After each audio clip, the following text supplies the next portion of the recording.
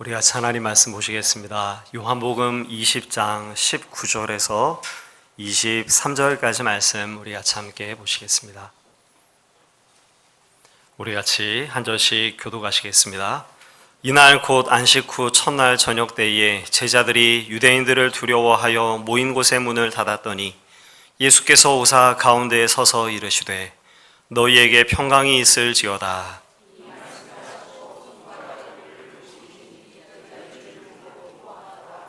예수께서 또 이르시되 너희에게 평강이 있을지어다. 아버지께서 나를 보내신 것 같이 나도 너희를 보내노라.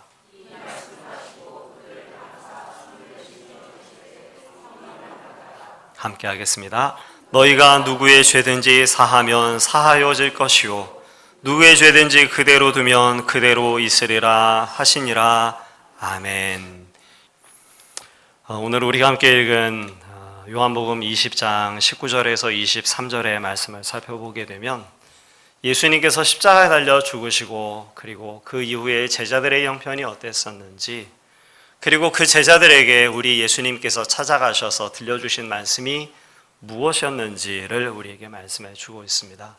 우리가 함께 읽은 19절의 말씀을 보니까 안식 후 첫날 저녁 때에 제자들이 유대인들을 두려워해서 모인 곳의 문을 모두 다 닫았다. 그렇게 우리에게 이야기를 해주고 있습니다. 그러니까 예수님께서 십자가에 달려 죽으신 이후에 예수님을 따르던 제자들의 형편이 어떠했는가 하면 몹시 큰 두려움이 그들을 덮고 있는 속에 있었다라고 우리에게 가르쳐 주는 것이죠. 예수님을 따랐던 예수님의 제자들이 왜 이렇게 두려워했던 것이겠습니까? 아마도 첫 번째는 그들이 그렇게 따르던 하나님께서 보내신 참되신 메시아 구원자시고 하나님의 아들이십니다 라고 믿고 따랐던 예수님께서 할 일 없이 로마의 형장의 이슬로 십자가에 달려 죽으셨던 그 일 때문에, 그러니까 예수님을 상실해버리고만 그 깊은 실망함 때문에도 아마 첫 번째 그들에게 상실이 그리고 두려움이 있었을 것입니다. 그러나 그냥 그런 일들만은 아니고요. 당시의 상황을 우리가 다시 한번 생각하여 보게 되면 이 두려움은 매우 실제적이고 구체적이었다라는 것을 생각해 볼 수가 있습니다.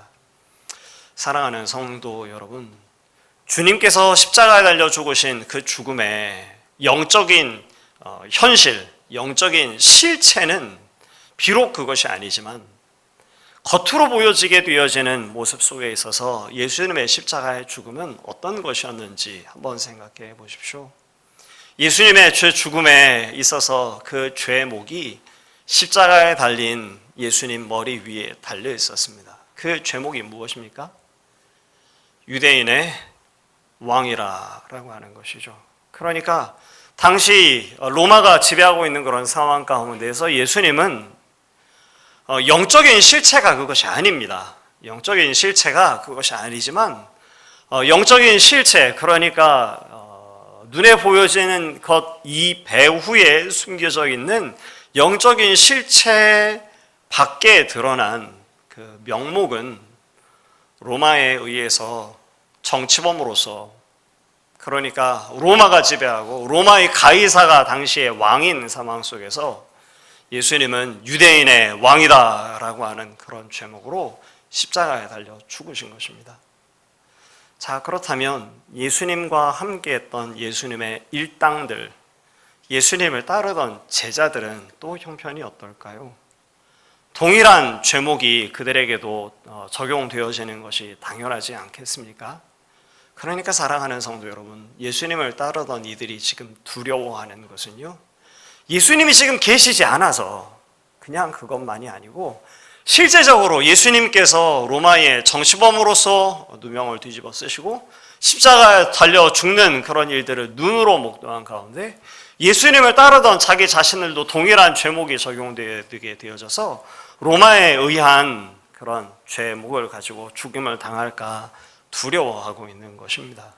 그리고 그들을 고발했던, 예수님을 고발했던 것 같이 유대인들이 또 자기 자신들도 동일하게 고발할까 두려워서 모인 곳에 문을 다 닫고 숨어있는 가운데에서 두려워하는 가운데 있었다라고 성경이 오늘 우리에게 들려주고 있는 것입니다. 이들의 혼란이 얼마나 클지 여러분 먼저 잠시 생각해 보는 것이 필요할 것 같습니다. 몹시 혼돈스럽습니다. 3년간 예수님과 함께 했던 시간들 속에 그들은 경험했습니다. 무엇을 경험했습니까? 예수님이 참되신 메시아구나. 예수님이 참되신 하나님의 아들이시구나. 귀신을 쫓아내시고 하나님 나라의 복음을 전하시고 또 병자들을 치료하시는 그 하나님의 일들을 보면서 과연 예수님이 하나님이 보내신 메시아가 맞다. 그리스도시다. 그리고 그가 참으로 하나님의 아들이시다. 이제 그 하나님, 그 예수님에 의해서 우리 이스라엘이 회복되겠구나 라고 하는 그런 바람을 갖고 있었습니다. 그런데 예수님이 십자가에 달려 죽어버리고 만 것이죠. 그리고 자기 자신들도 동일한 죄목을 뒤집어 쓸 수 있는 충분한 위협 가운데에 놓여지게 된 것입니다. 여인들에 의해서 들려지는 소식이 있습니다. 어떤 소식입니까? 예수님의 무덤을 찾아갔더니 그 무덤이 비었더라라고 하는 소식들이 여인들에 의해서 들려집니다. 믿을 수가 없는 얘기인 거죠. 허탄하게 들려지는 이야기들인 것입니다. 어떤 여인들은 그 무덤에 갔다가 빈 무덤만 본 것이 아니라 그곳에서 예수님이 불과 3일 전 십자가에 못 박혀 죽으시면서 피와 물을 다 흘리시고 죽으셨던 그 예수께서 다시 살아났다라고 하는 그런 소식을 어떤 여인들이 전해줍니다. 여러분, 믿을 수 있었겠습니까? 믿을 수가 없는 것이죠. 몹시 큰 혼동 속에서 3년 동안 예수님을 따랐던 그 세월은 도대체 무엇이며 하나님의 아들로서의 그런 권위와 권력, 권세를 보이신 우리 하나님의 예수님의 그 많은 표적들은 도대체 무엇인가? 예수님이 달려 죽으시는 것을 우리가 두 눈으로 똑바히 보았거늘 그 무덤이 비워졌고 예수님이 살아났다라고 전하여주는 여인들의 말은 또 무엇인가?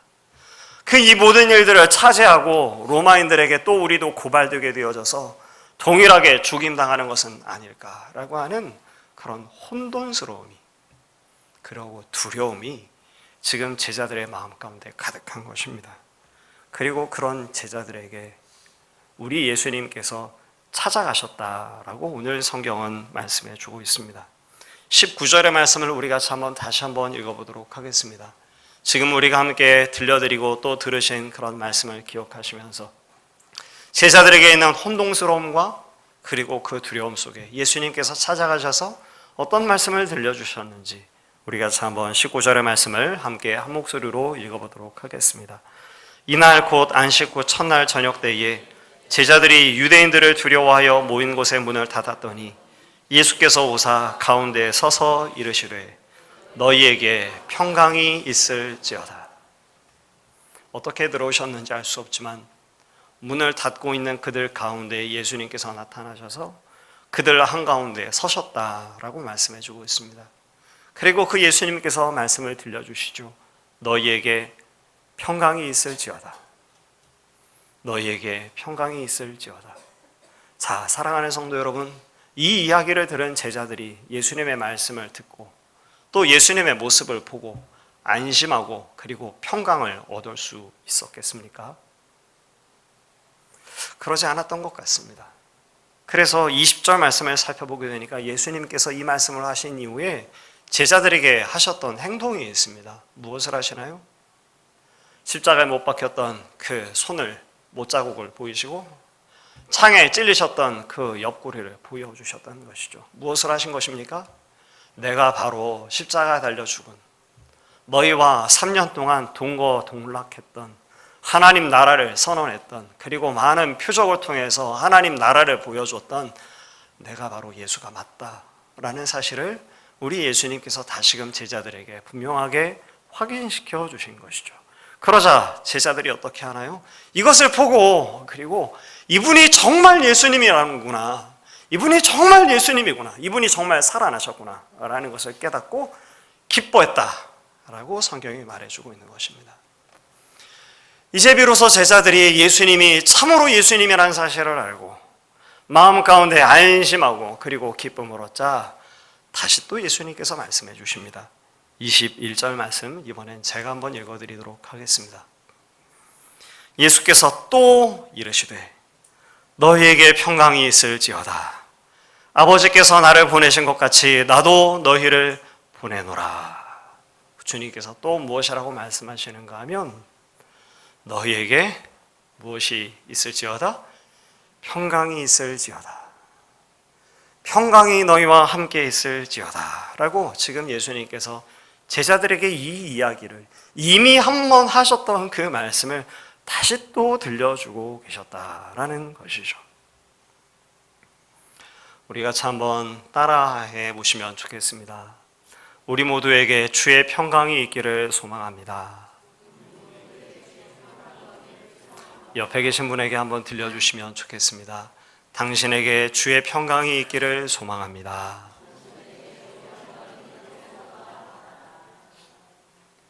제자들에게 가장 절실하게 필요했던 것이 무엇이었는가 하면 예수님께서 주시는 평강이었던 것입니다.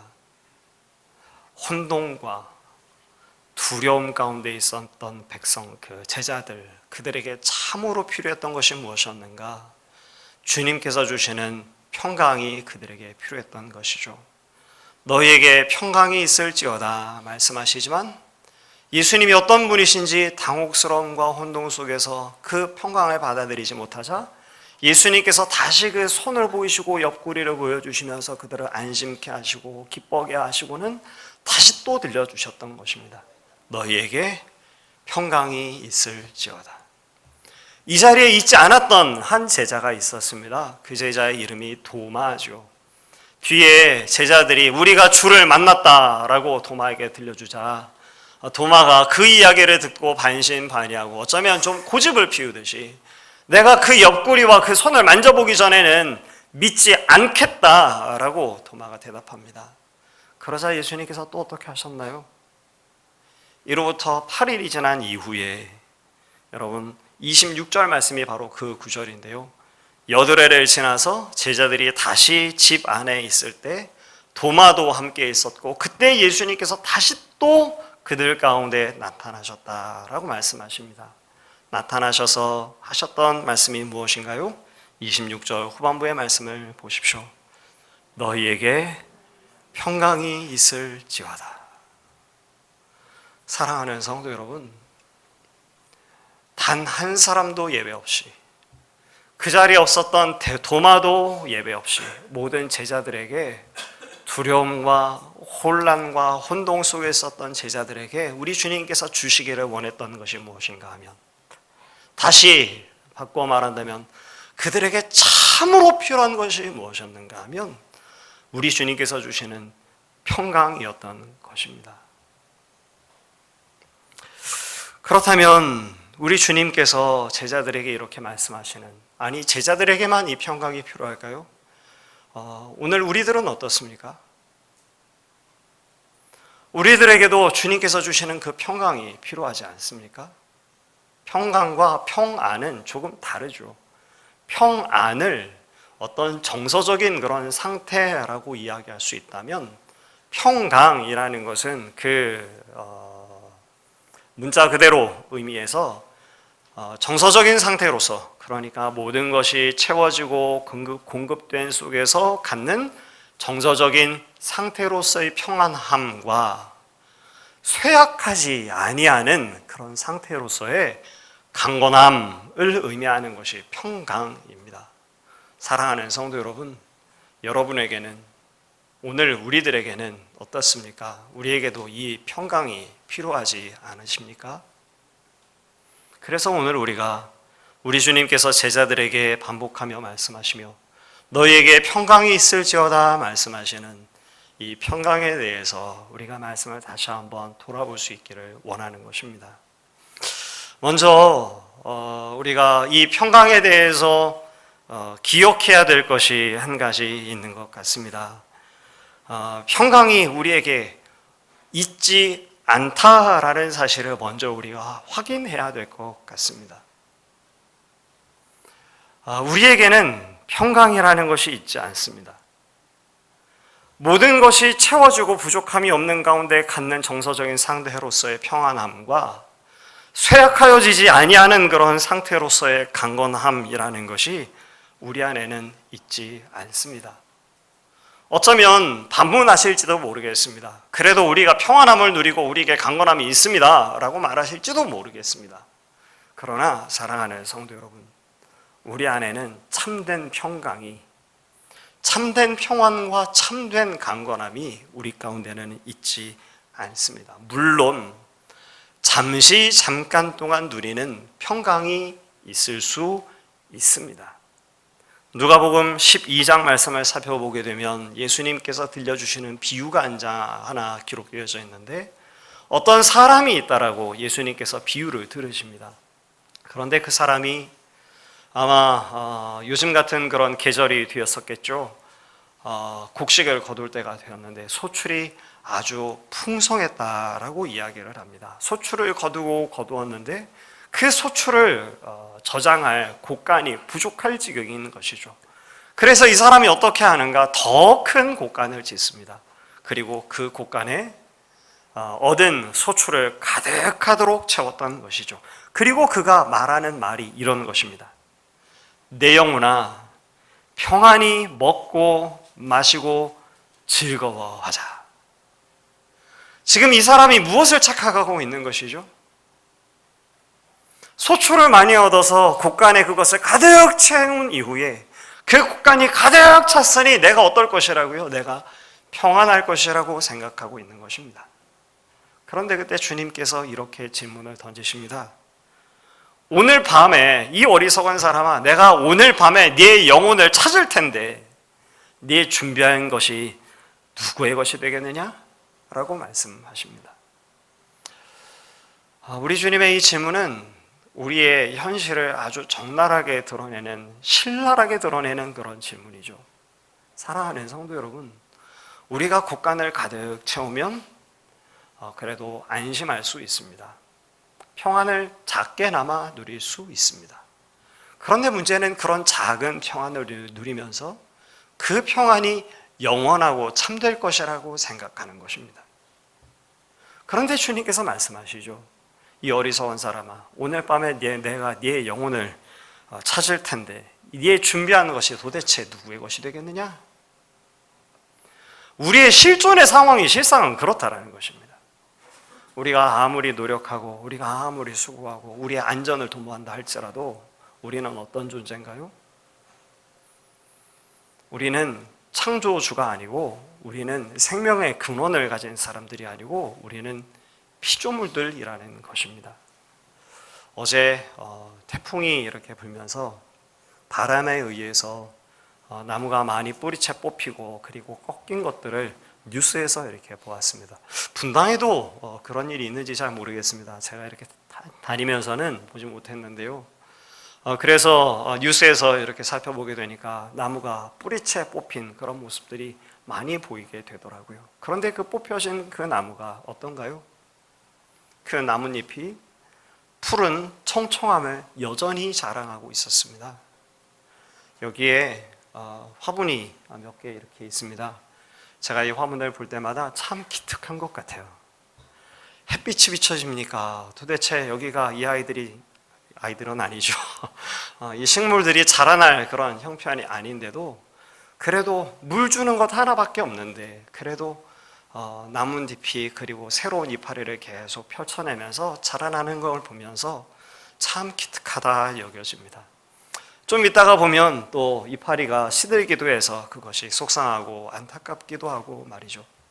그런데 사랑하는 성도 여러분, 이것이 어떻게 해서 지금 자라나고 어떻게 지금 생명을 유지하고 있습니까?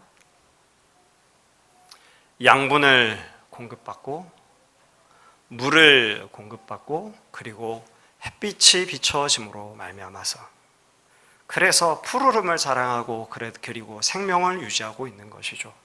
그런데 만일 뿌리가 뽑혀버리게 되면 어떻게 되나요? 잠깐은 푸르름을 자랑할 수 있겠지만 그 이파리의 청청함을 드러낼 수 있겠지만 그러나 얼마 지나지 않아서 그 식물은 죽을 수밖에 없는 것이 분명한 것입니다. 오늘 우리의 형편이 그러한 것이죠. 사랑하는 성도 여러분, 저와 여러분에게, 아니 인생들에게 생명의 원천이 있습니까? 우리에게 참다운 평안을 누릴 수 있는 그런 능력이 우리 안에 있습니까? 우리가 잠시 강건함을 자랑할 수 있기는 있습니다. 그런데 그 강건함이 영원한 것이 맞습니까? 아닌 것이죠. 모든 인생의 한계가 그러하기 때문에 잠시 잠깐의 평강을 누릴 수는 있을지 몰라도 우리 인생들은 하나같이 평강을 온전히 누릴 수 없고 불안하고 죽음에 이를 수밖에 없고 그리고 쇠약해질 수밖에 없는 것이 오늘 우리들의 모습들인 것입니다. 그러므로 오늘 우리가 먼저 인정해야만 합니다. 무엇을 인정해야 되는가? 저와 여러분에게는, 우리 모두에게는 평강을 누릴 수 있는 능력이 우리 안에 없습니다. 우리가 어떻게 해서 평강을 누릴 수 있겠습니까? 우리 안에 생명의 원천이 생겨져야만, 그래야만 그때 비로소 우리가 평강을 누리는 것이죠.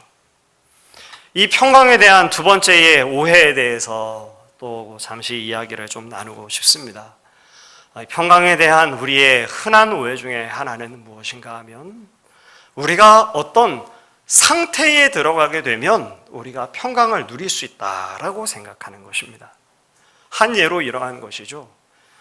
젖과 꿀이 흐르는 땅이 있습니다. 우리 하나님께서 이스라엘 백성들에게 주시겠다고 약속하신 가나안 땅이 그 땅입니다. 사람들이 생각합니다. 어떻게 생각하는가?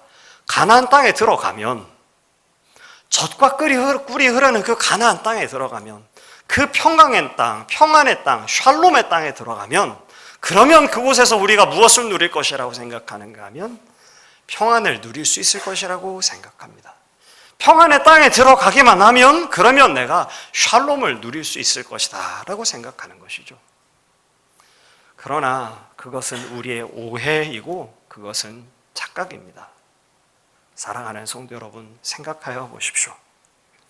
가나안 땅에 들어간 이스라엘 백성이 그렇게 모세를 필두로 홍해를 건너고 광야길을 통과하여 요단강을 건너 가나안 땅에서의 정복 전쟁을 수행하고 그리고 그 땅에 정착하게 되자, 젖과 꿀이 흐르는 땅에 그들이 비로소 그곳에 정착하고 정복하게 되자 그들이 누렸던 것이 무엇이었습니까? 그들이 평강을, 샬롬을 누렸습니까? 그렇지 않은 것이죠.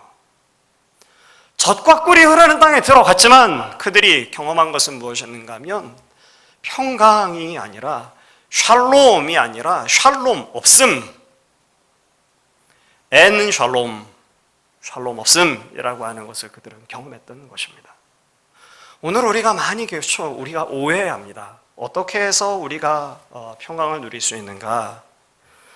우리가 목적하는 바가 성취되게 되어지면, 어떤 상태에 이르게 되면 그러면 우리가 평강을 누릴 것이다 라고 생각합니다.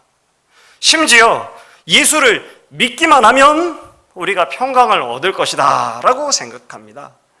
우리가 교회를 다니기만 시작하면, 우리 안에 믿음이 좀 생기기만 하면 우리가 평강을 누릴 것이라고 생각합니다. 정말 그렇습니까?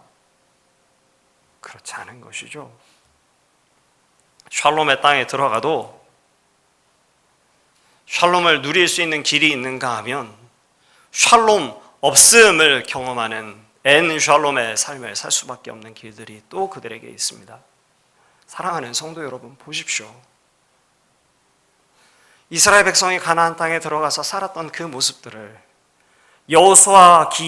여호수아서까지 정복 전쟁을 마친 이후에 젖과 꿀이 흐르는 땅에 정착한 이후 그들에게 펼쳐졌던 삶이 어떤 것인지를 한번 기억해 보십시오.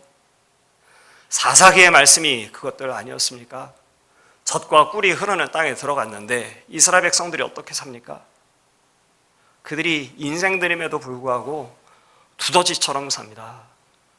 미디안 백성이 무서워서, 블레셋 백성이 무서워서 굴에 숨어서 삽니다. 바위 밑에 숨어서 삽니다.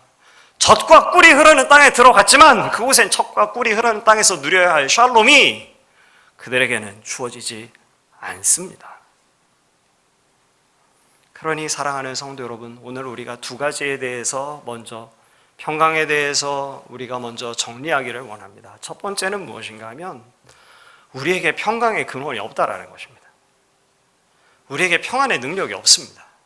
아무리 우리가 애를 쓴다 해도 우리가 잠깐의 평강을 누릴 수는 있습니다. 그러나 그 평강이 참되고 영원한 평강이 되지는 못합니다. 왜냐하면 우리가 그런 피조물로서 지어진 존재이고 우리 안에는 생명의 원천이 없기 때문인 것이죠. 또 우리가 오해하지 않기를 원합니다. 우리가 어떻게 생각하는가? 교회 안에만 들어오면 그러면 우리가 평강 누리는가? 우리가 어떤 상태에 이르르기만 하면 우리가 평강을 누리는가? 저 가나안 땅에만 들어가면 우리가 평강을 누린다고 생각합니다. 아니요, 그렇지 않습니다. 가나안 땅에 들어가도 평강이 없을 수 있다라는 것을 우리가 이해할 수 있기를 저는 소망합니다. 그러면 어떻게 하면 우리가 참된 평강, 모든 것이 부족하지 않은 가운데에서 정서적으로 갖는 평안이라고 하는 상태를 우리가 누리고 또 어떻게 하면 우리가 쇠약하여지지 아니하는 강건함이라고 하는 평강을 누릴까요?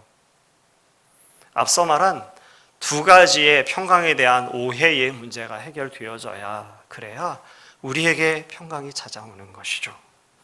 첫 번째 평강을 누리는 길은 무엇인가 하면 생명의 원천을 확보하는 길입니다. 오늘 우리들에게는 생명의 원천이 없습니다. 생명의 원천이 어디에 있습니까? 여호와 하나님 한 분께만 있습니다. 우리가 생명이 없는 이 까닭이 무엇인가요? 우리가 피조된 것은 물론이고 우리가 하나님과 화해된 가운데 있는 것이 아니라 우리가 하나님과 원수되어진 가운데 있었기 때문에 그러한 것이죠. 죄와 허물로 인해서 우리가 하나님과 친밀한 가운데 있었던 것이 아니라 우리의 죄와 허물로 인해서 하나님의 진노하심과 저주를 받기에 합당한 그런 상태 가운데 있었습니다. 그런 상태 속에서 우리가 우리 인생들에게 어떻게 평강이 주어질 수 있겠어요? 잠깐의 평강을 누릴지 몰라도 우리가 그 평강을 참으로 누릴 수가 없는 것이죠. 오직 우리가 어떻게 생명의 원천을 얻을 수 있는가? 죄의 사함을 얻고 하나님과 화해하게 되어져서 하나님의 생명을 누리는 가운데에서만 우리가 생명을 가질 수 있음을 믿는 우리 모두가 되시기를 간절히 소망합니다. 우리가 어떻게 하나님께로부터 그 죄의 사함을 얻을 수 있습니까? 어떻게 우리가 하나님과 화해될 수 있습니까? 어떻게 우리가 하나님의 생명을 누릴 수 있겠습니까? 지난주에 우리가 함께 성찬을 함께 나누면서도 그 원리를 같이 함께 말씀을 나눴었는데요. 예수님께서 십자가에 달려 죽으셨습니다. 그 죽으심으로 인해서 온 인류를 위한 속죄의 제사를 완성하셨습니다. 그런데 문제는 무엇인가? 그 주님의 죽으심과 우리가 연관관계가 있는가 없는가가 문제인 것이죠. 어떻게 해서 우리가 연관관계를 갖게 될까요? 우리가 주 예수 그리스도와 연합되게 되어질 때, 주 예수와 우리가 별개로 있는 한 해에 있어서는 주님의 십자가의 죽음이 우리와 아무런 상관이 없습니다. 그런데 어떻게 해서 우리가 우리의 죄의 사함을 얻고 그리고 하나님과 화해되어지고 생명을 받아 누릴까요? 십자가에 달려 죽으신 예수 그리스도와 우리가 하나로서 연합되게 되어질 때, 그때 우리의 죄의 사함을 얻고 하나님과 화해함을 얻고 하나님의 생명을 받아 누릴 수 있는 것이죠. 어떻게 연합하는 것입니까? 참된 믿음으로 연합되어지는 것을 믿는 우리가 되시기를 간절히 소망합니다. 주 예수 그리스도가 하나님이신 것을, 그분이 메시아신 것을, 그분의 죽음이 우리를 위한 죽음이신 것을 믿는 자마다 주 예수 그리스도 안에 있으며 우리의 죄의 속함을 받는 것을 믿음으로 하나님과 화해되게 되어지고 그분께서 주시는 생명을 받아 누리는 것입니다. 두 번째 길이 있습니다. 가나안 땅에 들어가도 가나안 땅에 들어간다고 해서 그곳에서 생명과 평강을 누리는 것이 아니라는 것을 우리가 확인했죠. 그렇다면 우리가 어떻게 해서 참된 평강을 누리는 것일까요? 우리가 오해하는 것이 이런 것입니다. 소속이 바뀌면 내가 세상에 속해 있다가 내 소속이 하나님 나라에 속하기만 하면 그런 평강을 내가 누릴 것이다 라고 생각하는 것이 우리의 오해입니다. 가나안 땅에 들어가기만 하면 평강을 누릴 것이다 라고 생각하는 것과 똑같은 것이죠. 그런데 사랑하는 성도 여러분, 평강을 누리는 길은 소속을 바꾸는 데 있지 않습니다. 하나님께서 우리를 부르신 부르심이 어떤 것입니까? 우리를 소속을 바꾸시려고 우리 하나님께서 우리를 부르셨습니까? 우리 하나님께서 이스라엘 백성을 불러내셨습니다. 왜 불러내셨습니까? 가나안 땅에 집어넣어 주려고 이스라엘 백성을 부르셨습니까? 소속을 바꾸려고 예수님께서 십자가에 달려 죽으셨습니까? 그렇지 않은 것이죠. 하나님께서 이스라엘 백성을 부르시면서 또 오늘 우리들을 부르시면서 들려주시는 이야기는 이것입니다. 나는 너의 하나님이 되겠다. 너희는 나의 무엇이 되라? 백성이 되라. 나는 너희의 아버지가 되겠다. 너희는 나의 자녀가 되라. 나는 너의 목자가 되겠다. 너희는 나의 양이 되라. 라고 하시는 모습으로 소속을 바꾸시려고 하시는 것이 아니고요. 우리 하나님께서 오늘 우리를 부르셔서 우리와 매우 특별하고 그리고 친밀한 관계로서 인격적 교제를 나누시겠다고 우리를 불러주시는 것이죠. 사랑하는 성도 여러분, 누가 평강을 누릴까요? 날마다의 삶들 가운데 주님을 사랑하고 그 주님과 인격적인 교제를 나누는 이들이 하나님을 하나님으로 인정하고 그 하나님 앞에 내가 백성 되었음을 고백하는 사람들만이, 하나님이 아버지이신 것을 고백하고 그 하나님을 의지하는 자들만이, 오늘 우리가 성가대가 하나님 앞에 찬양을 하면서 이런 가사로 하나님께 찬양을 드렸죠. 광야 같은 이 세상 우리가 어떻게 살겠다고요? 하나님만, 주님만 의지하겠다라고 찬양하지 않았습니까? 이와 같은 특별한 그런 관계 속으로, 하나님과 의지하는 관계 속으로 소속을 바꾸는 것을 이것과 혼동하지 않으시기를 간절히 소망합니다. 소속을 바꾸는 것이 아니고요, 그 하나님과 함께 동행하는 자, 그들에게 우리 하나님께서 참된 평강을 주신다라고 말씀하시는 것입니다. 그러므로 사랑하는 성도 여러분, 오늘 주님 앞에 나와 예배하는 저와 여러분 우리 모두가 생명의 원천을 가짐으로 죄의 사함을 얻고 우리 하나님께서 주시는 생명을 받아 누림으로 평강을 갖는 저와 여러분이 되시기를 간절히 소망합니다. 또 소속을 바꾸는 것으로 우리가 오해하지 않고 그 하나님과 날마다 인격적인 교제를 하고 그 하나님을 사랑하는 가운데에서 그 하나님을 사랑함 속에 주의 말씀과 뜻에 순종하는, 그렇게 날마다 순간마다 하나님과 교제하는 가운데 평강을 누리는 우리 모두가 되시기를 또한 간절히 소망합니다. 우리 같이 한번 21절의 말씀을 다시 한번 읽어보도록 하겠습니다. 주님께서 이렇게 말씀을 하십니다. 한 목소리로 함께 읽겠습니다. 예수께서 또 이르시되 너희에게 평강이 있을지어다. 아버지께서 나를 보내신 것 같이 나도 너희를 보내노라. 그런데 놀라운 말씀을 덧붙여주고 계시는 것이죠. 너희에게 평강이 있을지어다. 하나님과 화해하게 되어져서 하나님께서 주시는 그 생명을 받아 누림으로 평강이 있을지어다.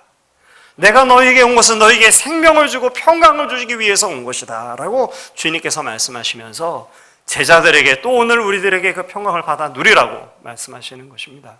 그런데 뒤에 이어서 우리 하나님께서 무엇이라고 말씀하고 계시나요? 아버지께서 나를 보내신 것 같이 나도 너희를 보내노라. 우리 예수님께서 평강의 메신저로 평강을 전하여 주는 메신저로 오늘 우리에게 오신 것처럼, 우리에게 평강을 끼치는 주님의 어린 양으로 이 땅 가운데 오신 것처럼, 그 평강을 깨닫게 하시는 분으로 오신 것처럼 아버지께서 나를 보내신 것 같이 나도 그 평강을 이제는 받아 누리는 너희들을 세상 가운데 보낸다라고 말씀해 주고 계시는 것이죠. 오는 주간은 우리 민속 고유의 명절인 추석 때입니다. 일가 친척을 만나고 또 이웃들을 만나고 함께하는 그런 자리입니다. 여러분, 그 자리에서 오늘 우리가 이 하나님의 말씀을 기억할 수 있게 되어지기를 원합니다. 하나님께서 우리를 보내십니다. 어떻게 보내시나요? 평강의 메신저로 우리를 보내십니다. 우리 같이 한번 23절의 말씀을 같이 한번 한 목소리로 읽어보도록 하겠습니다. 너희가 누구의 죄든지 사하면 사하질 것이요 누구의 죄든지 그대로 두면 그대로 있으리라 하시니라. 주님께서 들려주시는 말씀이 무엇인가요? 야, 너에겐 이런 권세가 있다. 그러니까 이 권세를 가지고 너희 마음대로 해봐라 라고 하시는 말씀인가요? 너희가 누구의 죄든지 사하면 사하여질 것이고 누구의 죄든지 그대로 두면 그대로 있을 것이다. 이렇게 우리에게 특별한 권한을 지금 예수님께서 우리에게 들려주시는 것입니까? 주님께서 도리어 묻고 계시는 것이죠. 자, 어찌할 테냐? 너희가 누구의 죄든지 사하면 사해질 거다.